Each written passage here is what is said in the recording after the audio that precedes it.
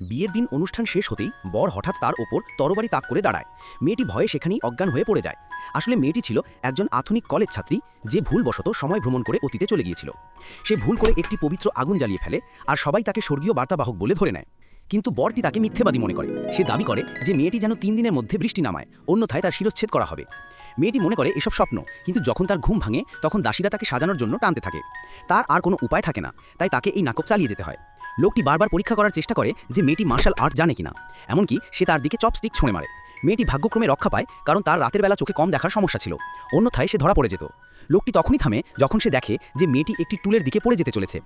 3 দিনের সময়সীমা শেষ হয়ে যায়। মেয়েটিকে জোর করে যজ্ঞের বেদিতে তোলা হয়। সে সেখানে অর্ধদিবস হাঁটু গেড়ে বসে থাকে, কিন্তু এক ফোঁটা বৃষ্টিও পড়ে না। তখন মেয়েটি তার হাতে থাকা একটি চিট থেকে পড়তে শুরু করে, কিন্তু আকাশ থেকে কোনো সাড়া আসে না। বাকি লোকেরা নগর প্রধানকে রিপোর্ট করতে শুরু করে যে মেয়েটি আসলে একটি প্রতারক।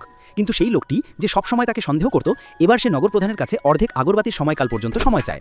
নিজের জীবন বাঁচানোর জন্য মেয়েটি সত্যি সত্যি পর্যায় সারণী বা পিরিয়ডিক টেবিল পড়তে শুরু করে। সময় প্রায় শেষ, মেয়েটি প্রায় পড়েই যাচ্ছিল, ঠিক তখনই আকাশে বজ্রপাত হয় এবং মুষলধারে বৃষ্টি শুরু হয়। মেয়েটির এই আনাড়ি চেষ্টা কাজে লেগে যায় এবং সে একমাত্র ময়ূর দেবী হিসেবে পরিচিতি লাভ করে।